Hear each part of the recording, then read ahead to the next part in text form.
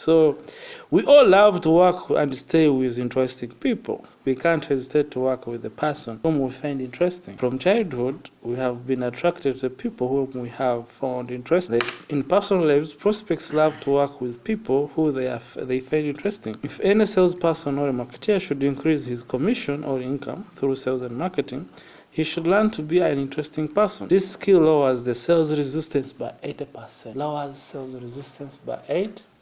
When I talk to you, I have to make sure, if you're my prospect, I have to make sure, Oma, did you find me irritating when we were talking the first time? Did I know you? Did you find me irritating? Didn't you find me interesting? And you're like, hey, I want to see what you do. You're like, yeah, man, I have a training. Come and be part of it. I closed it immediately because I found me what? If you become interesting, all your resistance, sales resistance, lowers by 80%. Now, the other 20% is presenting a product and showing him how it benefits. He already likes you. There's someone who's like, I don't love reading, but let me buy your book. Someone is like, I don't love advertising already, but I will work with you. I don't love everything you're talking about, but when it comes to you, I want to work with you. Yeah?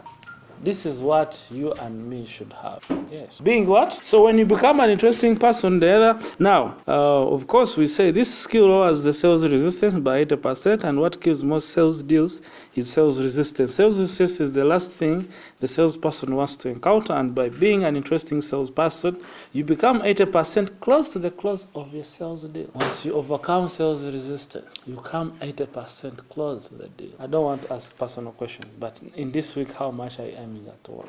Let me ask Helen. Helen, how much do you want to make this week? Maybe next week. To make? Yes. How much? Yes, no, it is easy. It is very easy. How much? You're like, man, this week, if God blessed me, when he always told me, Angel, if God has, like, I think you've brought God again. Even these people come, Angel, if God, now, God is very busy creating more galaxies. Science tells us so. Every time they see there are more galaxies increasing, which means God has left us a long time ago. He's busy creating other stuff. The reason why he created us in his own image, he never wanted us to disturb him. I'm in the image of God. I'm God-like. It is why need him? I don't say that you run away from him, but you bring in him when all your powers are out. Remember what Jesus said on the cross? That if it is possible, this should pass by me. Then he remembers, like, but God, let your will be done.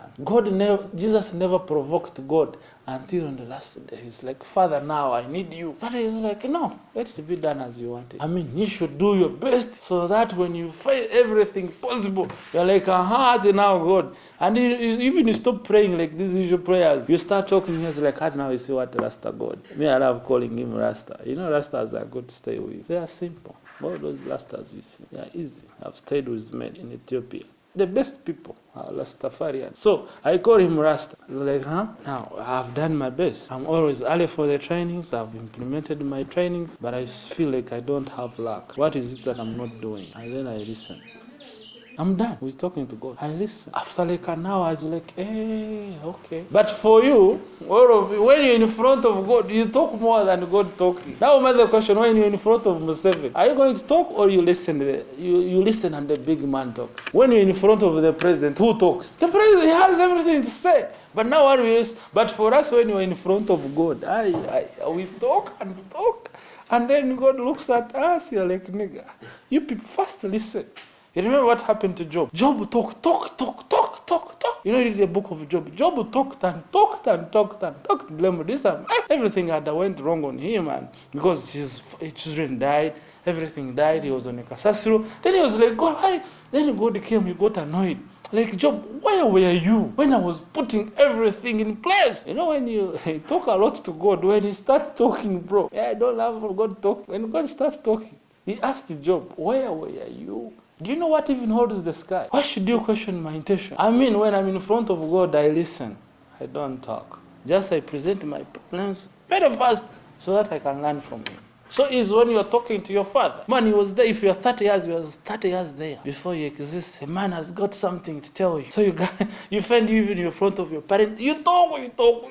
Like, man, listen. You sit in front of your papa and let the papa does the talking. He knows everything you've never gone through. He just leaves you to fail and come back. But had you asked him, he would have showed you a shortcut. I mean, what I'm trying to say is that at the end of the day, when you're in front of big people, you should listen because they have what you don't have. So you can also, for example, here we say the good news is that being an interesting salesperson is a skill any person can learn. It is not a talent as most people want.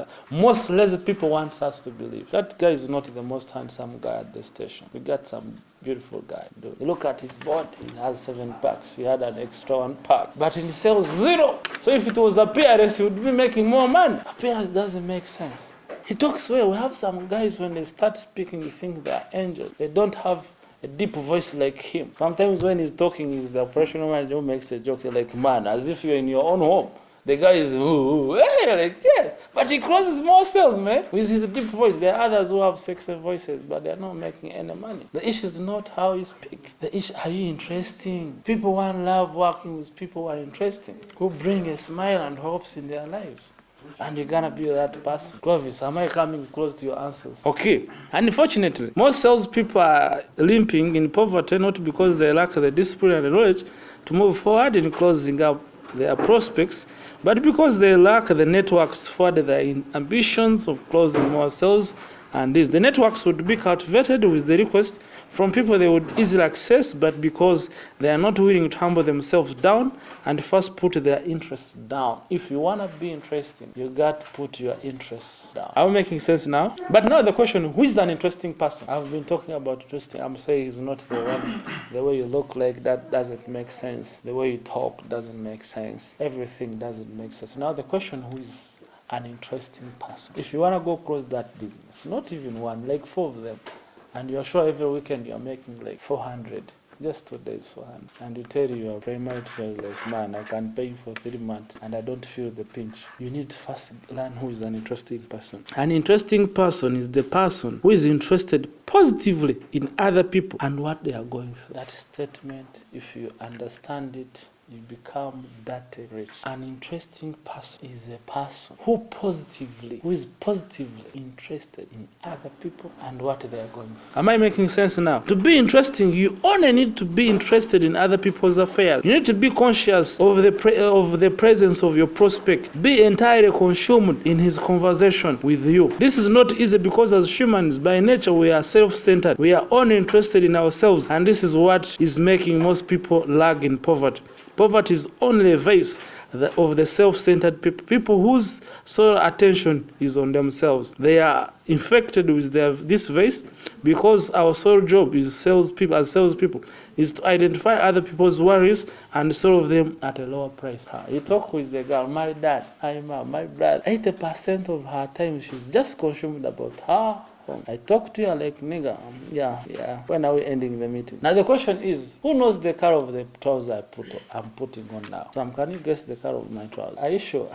You failed. Mary, can you guess? Black, are you sure? So you're copying from him. He messes up, you also mess. Helen, what do you think? Navy blue. Navy blue. Lydia, you can't guess. For you have copied.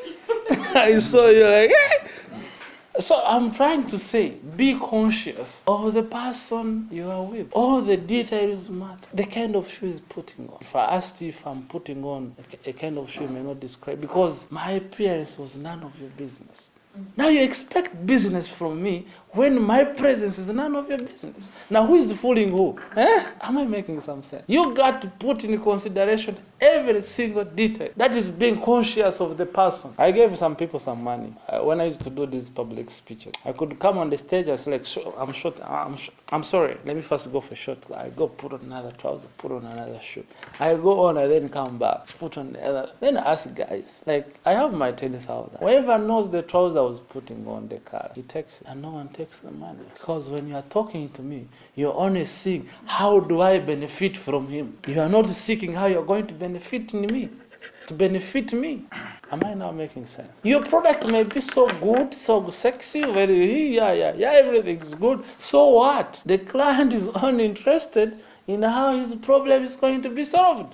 For heaven's sake, get interested in him, know his problem, let him understand. Like someone I'm asking, you guys who go in the shop to buy trousers or dresses, are like, how much is that dress? 50,000. You're stupid. When I come and ask you, how much is that shoe? Do you like it? That is the next question. It is free until you like it. Yes. Say 50,000, that is too much. Yes, because you don't like it. Everything we don't like is always too much.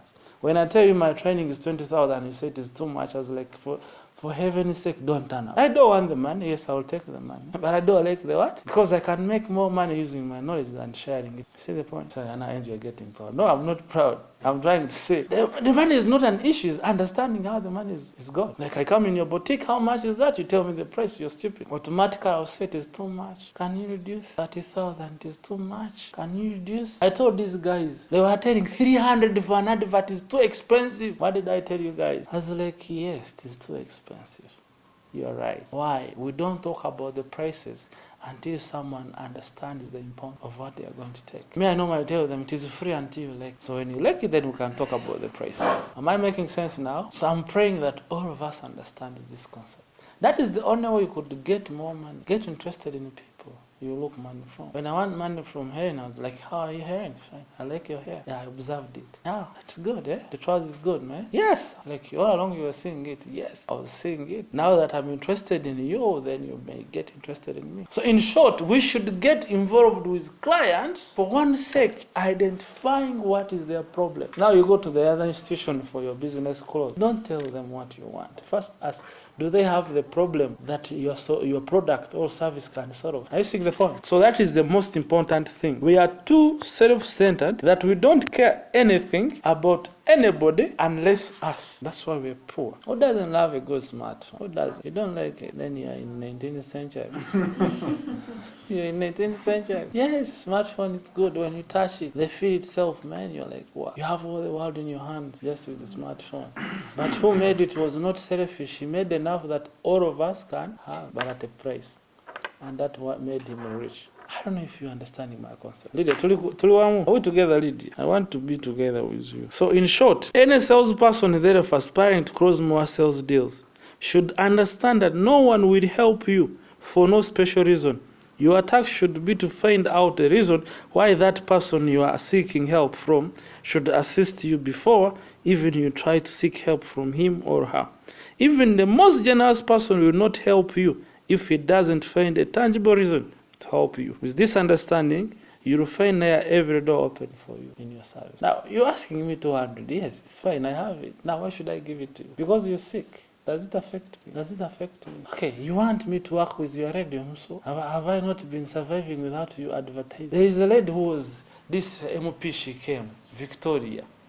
She came at the radio. She had refused to give us the advert. Sorry, the mention, and she knows the story. He knows the story. Then the lady says, me, in primary, I have managed to win without you. I can still win without you as a radio.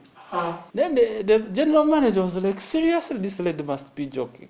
And I told them, when it comes to the market, leave the business to me. You don't understand it. Then I told her, you're right. That is true. She heard all her problems. I never explained why she needed to work with us. I was with Sam. I was like, yes, you're right. She talked and talked.